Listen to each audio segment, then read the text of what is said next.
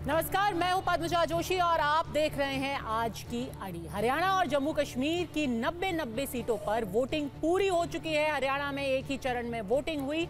शाम 4 बजे तक 43% से ज्यादा वोट हरियाणा में पड़े, तो जम्मू में 3 चरणों में 63% से ज्यादा वोटिंग हुई। इसी के साथ हरियाणा के 1031 उम्मीदवार और जम्मू कश्मीर के 8,873 कैंडिडेट्स की किस्मत ईवीएम में कैद हो गई।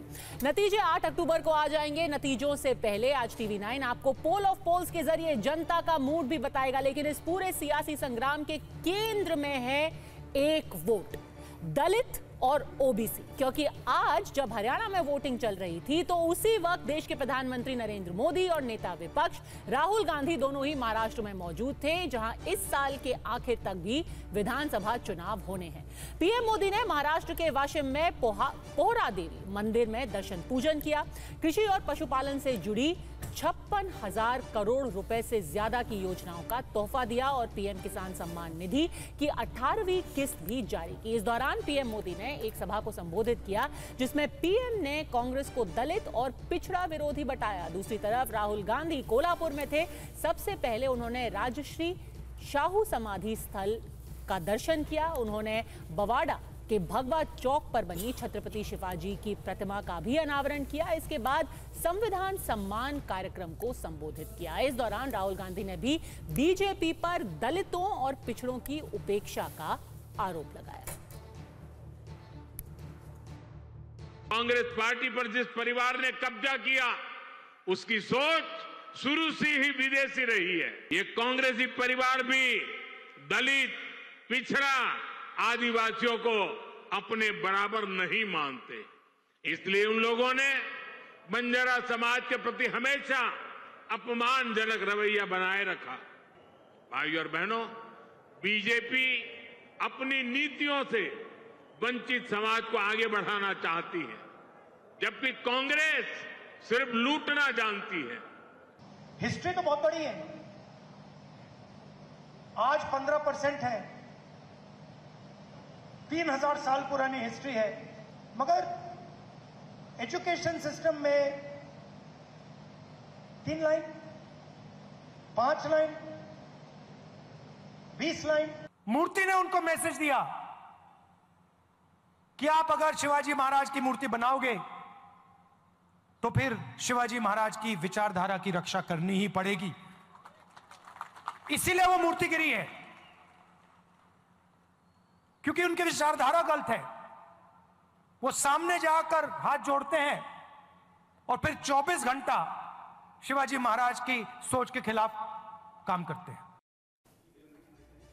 दलित और पिछड़ों पर जबरदस्त सियासी तकरार छिड़ी हुई है। एक तरफ प्रधानमंत्री ने कहा कि बीजेपी वंचितों के आगे बढ़ाना चाहती है, कांग्रेस दलित पिछड़ों का लगातार अपमान कर रही है, तो वहीं राहुल गांधी का भी आरोप है कि संविधान विरोधी दलितों पिछड़ों का हक मारना चाहती है, यानी कि बीजेपी संविधान विरोधी है।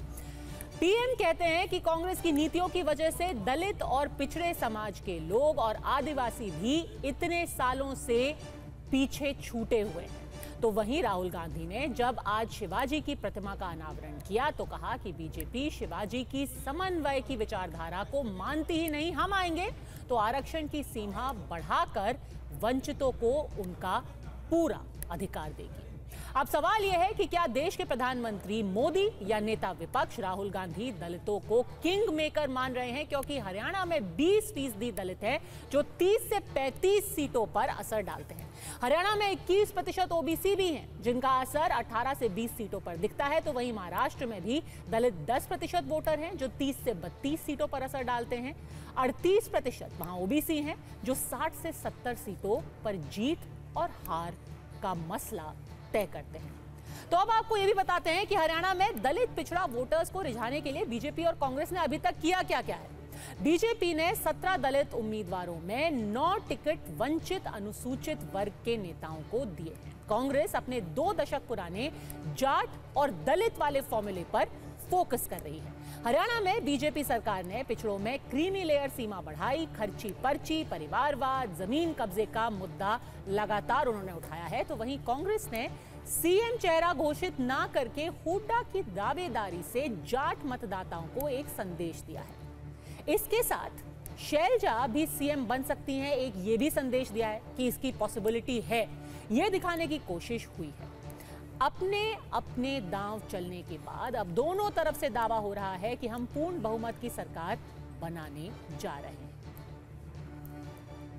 अब ये हरियाणा के अंदर लेकर के आए हैं, हरियाणा में भी इनका सुपड़ा साफ हो रहा है, क्योंकि कांग्रेस जो राजनीति करती है वो झांसे की राजनीति करती है, झूठ की राजनीति करती है, लूट की राजनीति करती है।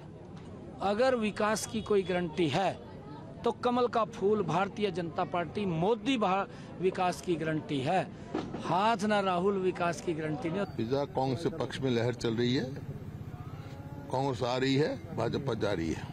सर, खट्टर साहब का कहना है कि बीजेपी तीसरी बार आ रही है, 9.5 साल सीएम रहे वो। खट्टर साल 9.5 साल सीएम रहे, कहीं आप घूमे हो, कहीं पोस्टर में उनका फोटो दिखाई दिया? और नायब सिंह सैनी कह रहे हैं हैट्रिक है हमारी बीजेपी की। मैंने कहा ना, लोकसभा में होगी बीजेपी हाफ, विधानसभा में होगी साफ।